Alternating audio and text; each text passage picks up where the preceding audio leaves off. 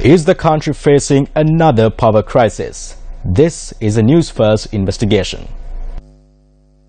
There are serious challenges facing the power sector today as a result of the long drought, the lack of rain to replenish reservoirs and the constant breakdowns at the Norochole power station. The Ministry of Power and Renewable Energy says hydropower has been limited to 10% of the total power supply at present. Thereby, a majority of the country's demand for power is being met by thermal power stations, a majority of which are privately owned. Generator 1 at the Norochole power station remains inoperational.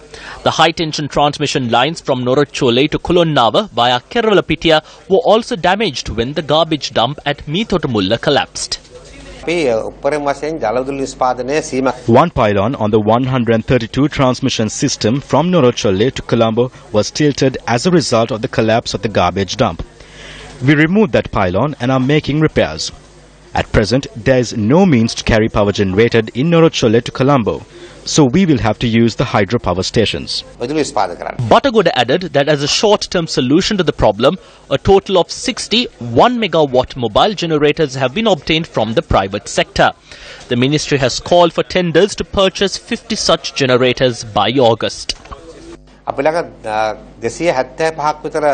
are 275 industrialists registered with us.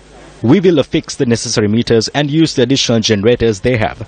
When using a diesel generator, it costs between 28 and 30 rupees per unit. We have decided to pay 36 rupees.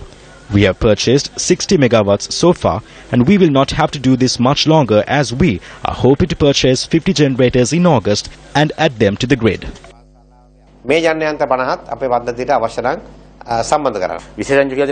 Experts have said that 20,000 megawatts can be generated in this country through solar power.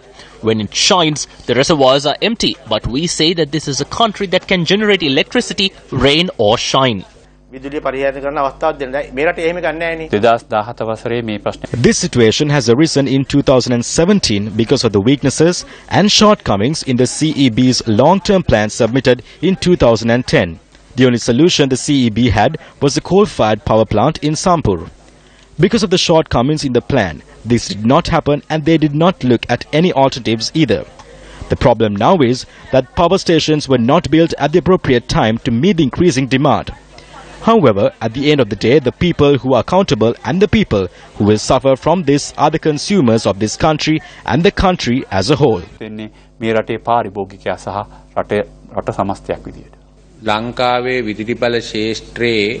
There are quack engineers and corrupt individuals who have intervened in the CEB to create a major crisis. Even today, in Parliament, these quack engineers are making speeches. The diesel mafia and the crisis arose because of this interference. A proper plan was presented in August 2015. Building power stations to meet the demand is not the only solution. We must also incorporate demand management. I believe that trade unions should not act to increase the amount on their pay slips, but should act out of responsibility to the nation.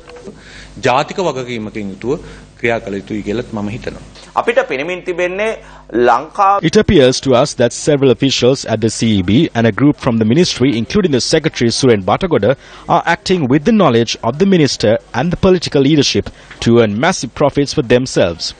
The ministry has not been able to find a solution for the power crisis over the past 2 years. There is a need for political intervention to put a stop to this. Influence groups in this country must send a clear message to send the minister in charge of the power and energy sector and the corrupt officials home.